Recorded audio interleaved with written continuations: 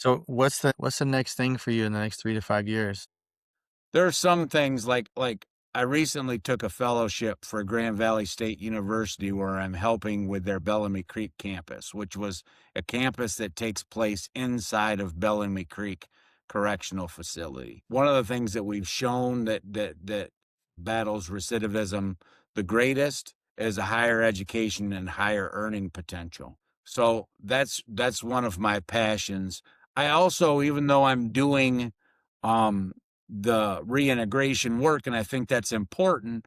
I also think that pre-integration is important too. So I think the period before people are coming out is very important. One of the reasons why I was as successful as I was or have been is because I walked out the door with a good understanding of who I was. I didn't know how the world was going to react to me, but I knew who I was. I knew I had a good product, and so when I came out, the only thing that changed was my environment.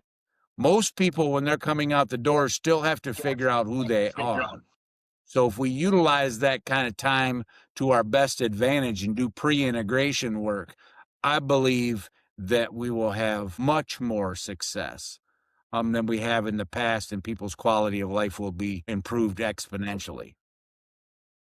That can be said for anybody, and kids turning 18, leaving the house, spring training with athletes, like all of that stuff where pre-integration makes a lot more sense, so that you've already kind of gone through all the steps in your head, all the things that could happen. Am I prepared for this? Or saving money? What do I expect is going to happen? What's plan A, plan B? And you're ready for the best case scenario, but you've also got some other ideas, like if this happens, I call these people, or I do this certain thing. I don't default to this behavior, right? So you're getting ready to go on stage, basically, and to get out there in the world. Um, you reminded me, thank you, about saying the higher education stuff. With all of the nonprofit leaders that I've talked to over the last 2 months, it's like 30 or 40 of them on the phone. I think I'm close to 20 interviews. And one thing I've learned is where we can talk about the impact because of the numbers. We saw 120 individuals last year, and we did this many workshops or whatever.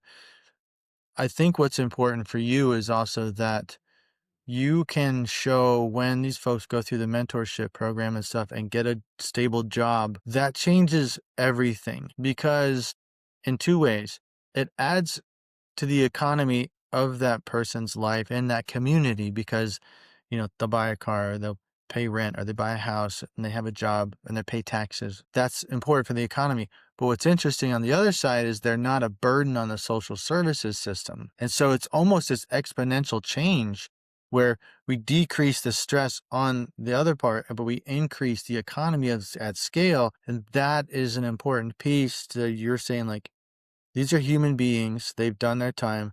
They're ready to go through this mentorship. And now these people are ready to be reintegrated and contribute to society and add to the economy. That's important to know numbers to get those kinds of things also, so you can prove to the donors and fundraising